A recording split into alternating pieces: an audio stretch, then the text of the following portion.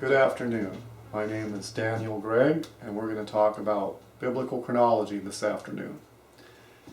In the last video we talked about Joseph's 7 years of plenty and 7 years of famine, 7 years of famine for Egypt. And I explained that this synchronized with the sabbatical year institution of Israel. In this segment, we're going to go back to the beginning of biblical chronology, starting with Adam, and we're going to work our way forward, explaining in detail how such conclusions of this can be drawn with Joseph's sabbatical year and 7 years with the sabbatical year and the 7 years of plenty and the 7 years of famine actually synchronizing with the institution. Okay. We're going to go back to Adam. Okay. All right. Now Adam lived 930 years. Okay. Before I go on, I'm going to show you our textbooks that we're working out of. Get a big shot of the scroll rack here. This is a chronology of the entire Bible on one continuous scroll, including educated guesses about prophetic scenarios at the very end of the scroll. Okay, and this is also in book form like this. This is going to be the main textbook I'm going to be working out for year-based chronology. Okay, and then there's one chapter in here on the Passion, and another textbook is called The Resurrection Day of Messiah Yeshua. And we're going to be working up to this and around this with biblical chronology. Okay. To see these, you can go to World Wide Web, torahtimes.org. Okay. And I also have another textbook. It's a translation of the New Testament. And you may have seen some of my videos talking about other subjects like the Malach Yahweh, the messenger of Yahweh, called the angel of the Lord, or talking about the real meaning of what it means to believe, okay, which means to make your support, trust on Yeshua, and also to give your support to the Almighty. We explained Genesis 15:6 in a previous video, okay, so the results of that theology are incorporated into this translation. Okay, so now we're going to start at the very beginning here with Adam, and we're going to explain biblical chronology, and along the way we're going to explain the pitfalls and why neither the church or the synagogue has been able to completely solve the chronological problem. Okay, Adam lived 930 years. Okay, now typically, and then he had a son named Seth. Okay, and he lived so many years, down to Noah. Okay, and the flood began in the 600th year of Noah. Okay, now what chronologists typically do is they add all of these figures together, and they tell you that the flood was in the year 1656 of the world. Okay, this is incorrect for several reasons. Okay, let's erase this here. Where's my eraser? Right here. It has to do with how you calculate age. Okay, when we say Adam is 1 year old, what does that mean? That means Adam has completed 1 year of life. Okay, so actually when we say somebody is 1 year old, we mean that they have completed 1 whole year and there's some fraction of a year in actual age. So it would be 1 year and some number of months if we say Adam is 1 year old. Okay, before he's 1 year old, okay, we calculate age in months. Okay, a new baby will say they are 3 months old, or 6 months old, or 8 months old, so on until we get to 1 year. Then we say that they're 1 year old. Now, if we say that Adam is 1 year old as soon as he's created, then that isn't the truth. Okay, he's not age 1. He's only so many months old since he was created. Okay? So in the chronology we have to include what we call a 0 year for Adam's age. That means that he hasn't completed any whole years yet. Okay? And then we say he's age 1 after the first year has passed. Okay, so when you make a chronology, when we count years of the world, we count from 1. Okay? And that's different than counting age. Okay? So we could say year of the world like this. 1, 2. Okay? So year of the world 1 corresponds to when Adam is age 0. Age 0 meaning that his age is calculated in months. Year of the world 2, we would say he's age 1. That means he's completed a whole year. Okay, now nearly every chronologist who's ever done biblical chronology until now has failed to take this into account. And so they end up with the wrong answer. They end up with 1656 for the flood. And including this 0 year for Adam means the flood is at least at 1657. Okay, actually the flood is in 1658, but that comes from another mistake that we'll discuss later. Alright. If we look down here at the scroll, where's my pointer at? There it is, right there. Okay.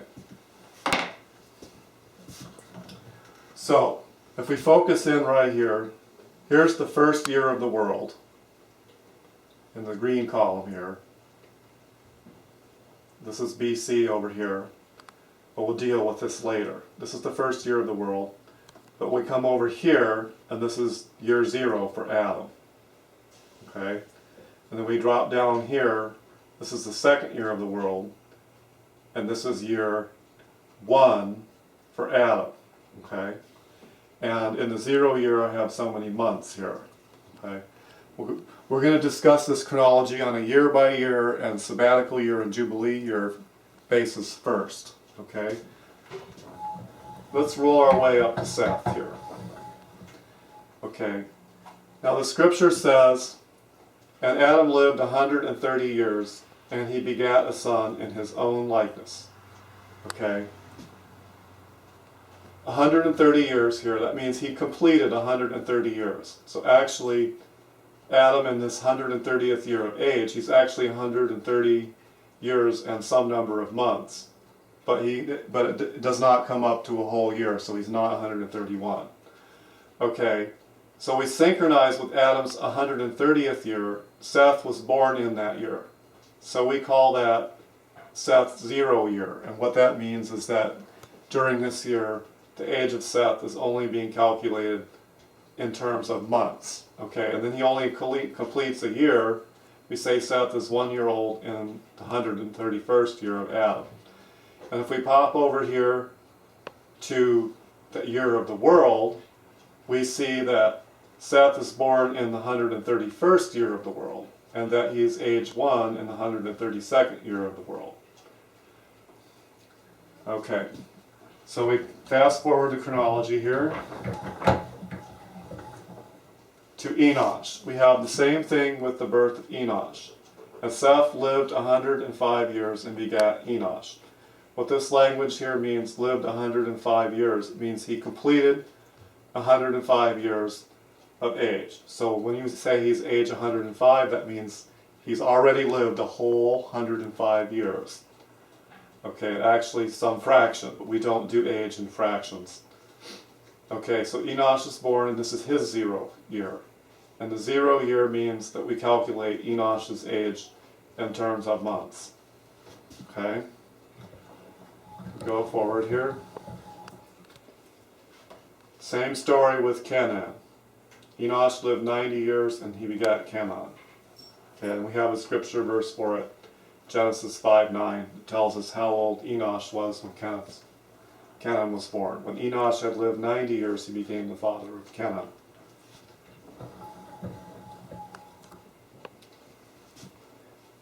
Mahalalel.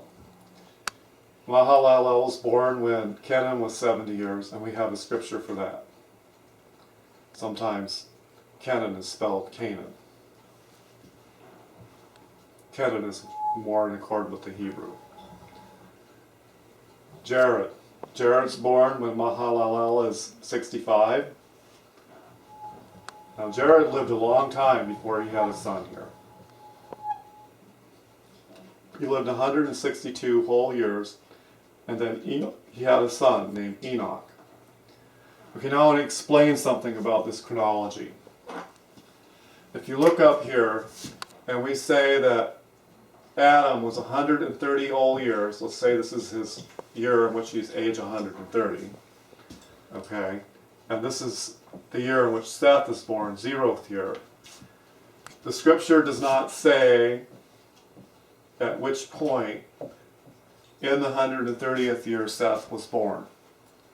Okay?